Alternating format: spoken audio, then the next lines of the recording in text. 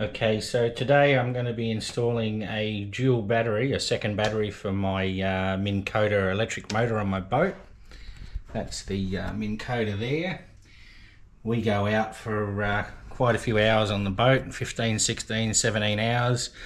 And usually the Minn Kota is just about to run, the battery that holds the charge and powers the Minn Kota is just about to go flat at that stage. And a couple of weeks ago, the boat actually broke down. I had no tools in the boat. It was a simple airlock in the line.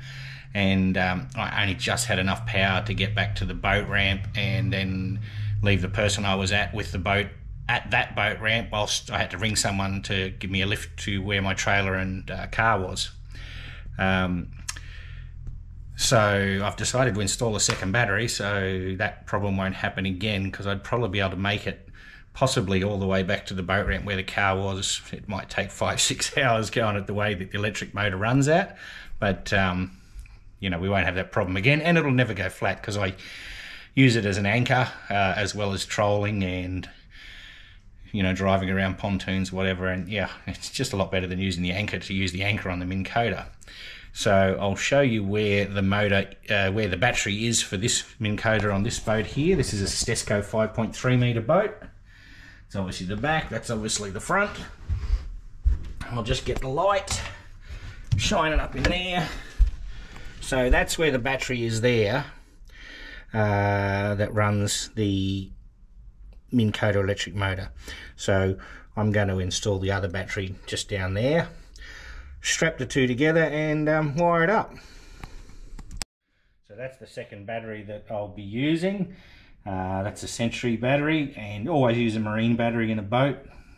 Just save yourself a lot of problems, spills and problems with the vibrations and stuff. You're best using marine one, and that one I've got from Super Cheap Auto, and that was actually the top of the line one they had. That's a Marine Pro 780, and that was around, I think it was 267, I think it was 267 or 257, something like that. But yeah, I got the biggest one that was there, so that way I'll actually, you know, have lots of extra life. And basically the way you wire them up is you wire up the positive to the positive, and then the negative to the negative, and then whatever you want to run that's powering. So say I'm using the Minn Kota, you'll hook the positive of the Minn Kota to this battery and the negative of the Minn Kota to the other battery. So that way you're running the batteries in parallel.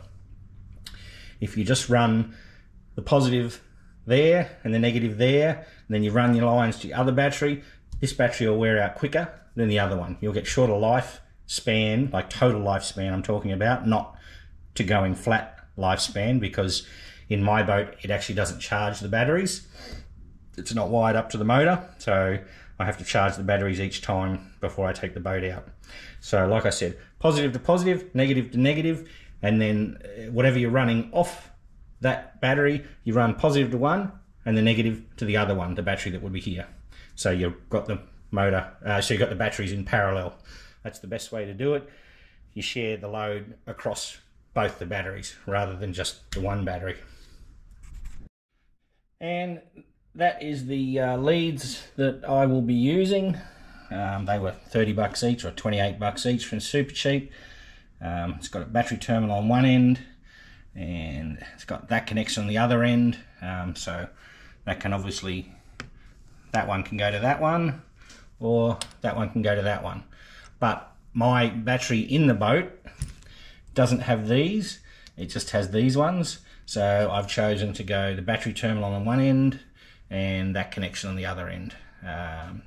You can get them with battery connections on both ends, terminals like that on both ends, or you can also get them with terminals that on both ends, or like this, that one on that end and that one on that end.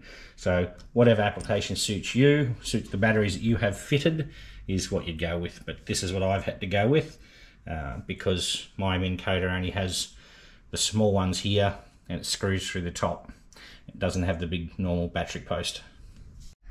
And as you can see, that's the battery that I have in my boat, and it doesn't have the post on it, it just has the screw style on it. I haven't actually ever pulled this battery out, so I'm not sure what size that battery is, but I guarantee the one that I just bought now is going to be way bigger and hold more capacity than what this battery does. So now time to hook up the other battery. So that's where I'm going to be putting that battery, and I'll just strap those two batteries together. Okay, so that's it connected there. We've got the negative from there coming up to here. We've got the load from the Minn Kota motor, the negative going to this battery. We've got the positive connected there, and then we've got the positive to the Minn Kota there. So that means the batteries are in parallel. So positive to one, negative to one from your load. So you share the load. It's also got the GPS cable from the Minn Kota. I didn't really want to extend the cable for that. I just couldn't have been bothered, and to be honest, it's not going to put much load on the battery, so it's split from the positive to there and the negative to there. So the load off the Minn Kota, the GPS signal, still goes just solely to this battery, but the load off the motor is spread between the two, so you get longer battery life out of both batteries, meaning that if you just put the load to one, this battery will die over a period of time before this one. Not go flat, but die as in wear out first. So you share the load between the two, positive to one, negative to the other. And then just keep in mind that if you say have positive, I've got negative there to negative there. If you have positive there to say positive there, and you had a spanner, don't arc your spanners. Well, basically you'll start welding and you can zap yourself and you do damage. So I didn't have to worry about that with the spanner, because that's negative and that's negative, so if it hit, it didn't matter. And also if you have, sorry, my light just fell. Also if you have a an inline fuse like I do here, when you're wiring up, good idea, I don't know if this is going to show up or not, just to disconnect it. I'm doing this blind, so I can't really see what I'm doing. I'm trying to look through the camera. There it is. No. There it is there. So that's the switch there. So now it's connected and it's in line. You just push that button and you'll see that switch goes down there. So now it's connected in line. Now it's out. That's a circuit breaker. So it's best just to disconnect that like that when you're wiring it up, just in case you cross your positive and negative, so you don't send any charge back to your Minn Kota. And then when you're finished, you just reconnect it back again. So there she is, she's all connected, and now I'll have twice as long a life when I'm out before the battery goes flat on the Minn Kota, because like I said, my motor doesn't recharge this. Most of them don't. It's probably a good idea that they don't, otherwise you wouldn't be able to start your main motor if you run it flat by running the Minn Kota for too long, or whichever electric motor you have. But that's how it's wired up there. And just to add to this, just in case people are wondering, when you recharge, you have your battery charger on, say, this battery, it'll also recharge that battery. But quite obviously, if it takes, and I'm making this up, 12 hours to recharge your one battery, it'll probably take 24 hours to charge, because it'll share the recharging between the two batteries. So yeah, you just recharge as per normal and it'll recharge two batteries. Okay, so that's how I've strapped those two batteries together. As you can see, I've just got a ratchet strap around that, and that goes around both of the batteries, so that just holds them together so you don't have any dramas. And I'll just put this light down and I'll shine that on there. Where the ratchet strap is there, like the metal bracket bit for it, whatever you want to call it, the gears, I've just whacked a bit of rubber up against there, because you're in the boat and you're in the rough water, and this is banging backwards and forwards continuously over the waves. You'll end up punching a hole in your battery. Just the metal is obviously harder than the plastic. So yeah, if you have a ratchet like that, if you do that to hold it together, just chuck a bit of rubber padding up against there to save punching a hole in your battery.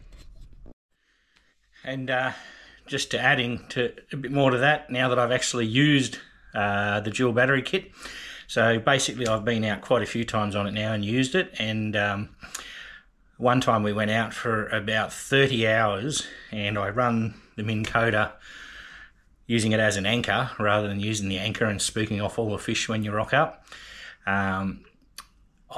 We were out, like I said, about 30 hours, maybe a bit more, and I probably had the Minn Kota running for at least 24 hours of that.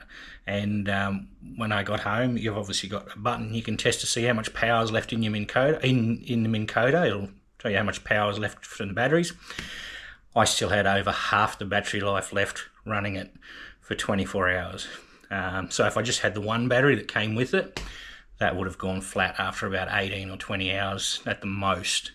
But yeah, like I said, I still had half the battery left after running it for 24 hours. So for a couple of $100, that's a great install to have a dual motor hook up there. And especially if you're going on a camping trip where you had no electricity and you were going away for a week and just doing a couple of hours fishing every day, you'd have constant power in your Minn Kota. No dramas whatsoever. So it's a great little install, easy to do. You don't have to pay anyone to do it. You look at this video, it's pretty self-explanatory. If you know a little bit about, mechanical stuff, electricity stuff, it's a simple job, well worth doing.